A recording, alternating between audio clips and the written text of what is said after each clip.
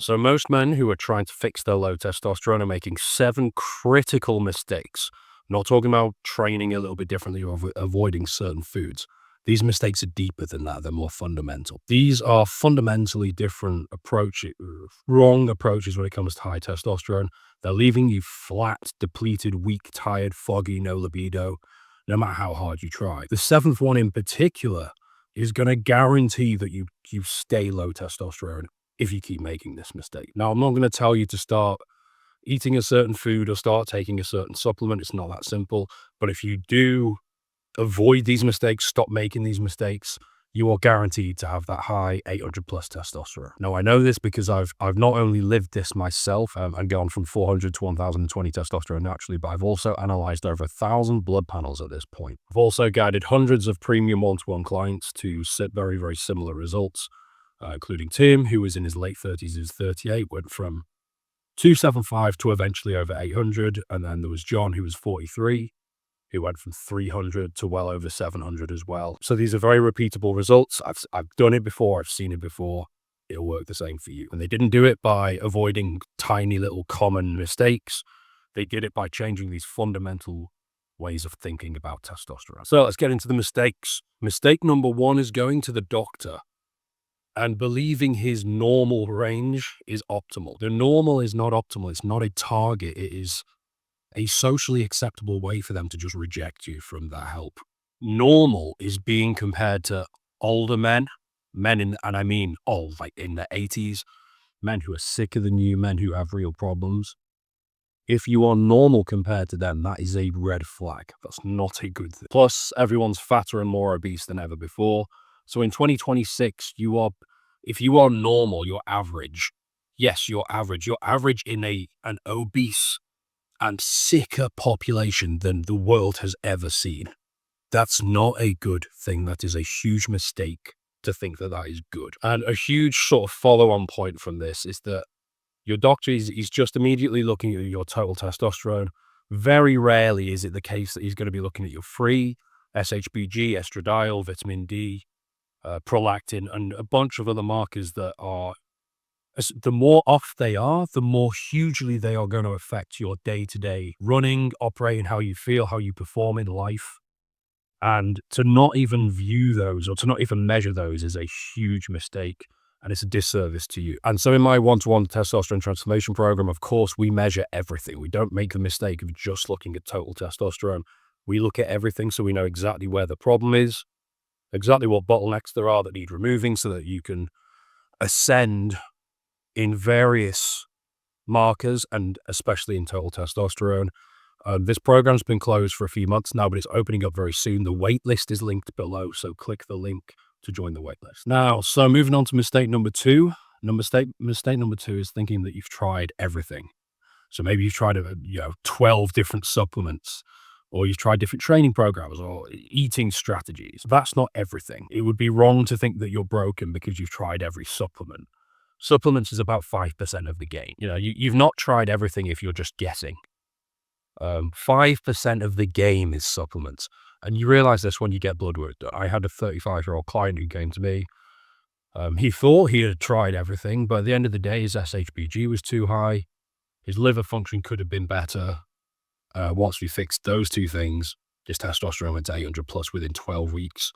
He didn't need to keep trying more supplements. He needed to back off on the supplements to clear the liver and the strain there and lower his SHBG through other means. So he didn't need to keep trying harder and harder. He just needed to remove problematic things. He needed to do less, if anything. Mistake number 3, and this is a humongous one, and it's thinking that age is the be-all and end-all. So maybe you're 45 and you're thinking, I'm just 45. This is part of the aging process.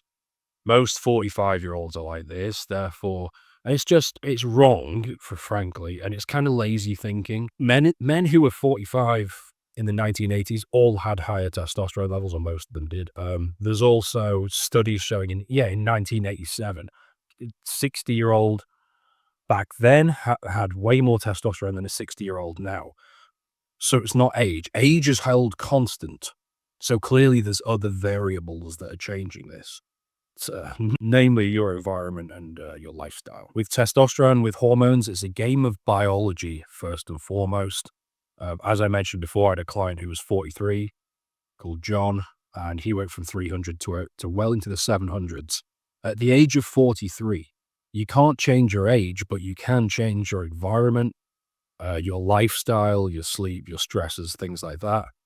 And therefore, you can change your testosterone levels big time. And the guys who are in their 30s, 40s, and 50s who are in my program prove this every single day. Mistake number 4. So this follows on from when you think that age is the be all and end all and thinking that you've tried everything and that you're too old.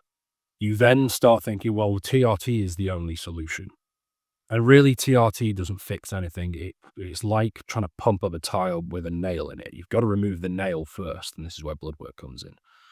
But TRT doesn't fix anything. If you've got low LH or FSH, TRT is going to crush those two even more. And these are precursors to testosterone, whereas you can just ramp up those precursors naturally and then get the testosterone as well without ever having to touch the drugs and the injections and the needles. And there's a big price, there's a big cost with TRT, and I don't just mean financially. I mean your natural fertility levels, your energy, your sleep in particular, your you-know-what's down there, your brain, your cholesterol becomes a legitimate problem when you're on TRT. It's not if you're a natural, but you don't need cholesterol when you're injecting testosterone into you. So when you start consuming loads of red meat when you're on TRT, that's a heart attack waiting to happen. And on top of that, it's not just cholesterol, it's also, it thickens your blood. And so when you start compounding all these factors, it really is a heart attack waiting to happen. You have to be super careful if you're on TRT. Guys who are in your 60s and 70s, I'd be very, very careful with the heart side of things. So yeah, it doesn't fix the root problem, which is what I'm trying to get across here. With clients here, we get blood work done, we find out the root problem, reverse it, remove it, and then you're in a position to naturally raise your testosterone levels. Mistake number 5, and this is a huge one, it's focusing on hacks and little quick strategies rather than systems. So for example, you're focusing on taking Tonkat Ali, you're focused on boron. What about ice baths? Really, you're focusing on the 1 or 2% here and then ignoring the other 98, 99%, which is where the true magic is. The systems, systems for your circadian rhythm, your sleep, your gut health, things of that nature. These are true fundamentals that you want to be focusing on.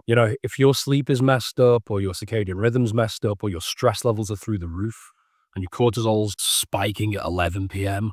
or 2 a.m. in the case with a lot of you guys, you can't out-supplement a broken system. Mistake number 6, even if you kind of know what to do more or less, you're probably attacking things in the wrong order. So you might be 23% body fat, and you know that you need to get down to 15 or so. And you might also be waking up at 2 a.m. every morning, only getting 5 hours of night of sleep, and your stress levels are through the roof. In your case, I would honestly say I wouldn't be slashing the calories anytime soon, because that's going to add more stress to the body. It's going to make your sleep even worse than it already is. Sometimes you've got to know which order to attack things in. With hormones, it's kind of like a domino effect. You attack the right domino first, and things really start moving and you start building unstoppable momentum, but you have to attack the right thing first. Some more examples, you can't start talking about training 5 days a week, training legs to absolute failure every single time if your sleep's terrible, because you won't recover from that training. It's going to make things worse potentially. Another one is you can't optimize SHBG and free testosterone if your liver isn't functioning properly. You got to fix the liver first, then you can talk about free testosterone optimization. So most guys are trying to push over domino 7 when they need to push domino number 1 first, and then they all start falling, and 7 just falls over without you even trying. It's on autopilot at that point. Mistake number 7. And this is the final boss of all the mistakes. This is the big one that I would argue is the most important mistake. And you're following generic advice online on the internet, wherever, YouTube, that is not geared for you. It's generic advice. It's not tailored to your specific situation. And so this is where I get so many questions where it's like, you're giving conflicting advice. It's like, my advice is based on different people's situations. It's not applicable to everyone. For example, what works when you're 52 is not the same as what works as when you're 22. When you're 35% body fat, requires a different approach, I promise you, to when you're 18 or 16% body fat. If you have, I don't know, 4 kids and you're the CEO of a significant company, like a real mid-sized or large firm, everyone's a CEO these days. I mean, a real CEO, multi-seven figures, that requires a different approach than someone who's 21 years old. So your system, your approach, it has to be based on you, your blood work, huge, age, lifestyle preferences, stress levels, all of that good stuff. It has to be customized to you. You can't just follow some random YouTube video that was never geared for you. Keto's great if you're 35% body fat. It's horrendous if you're 16% body fat and you've already got a stressful existence anyway. So what do you do?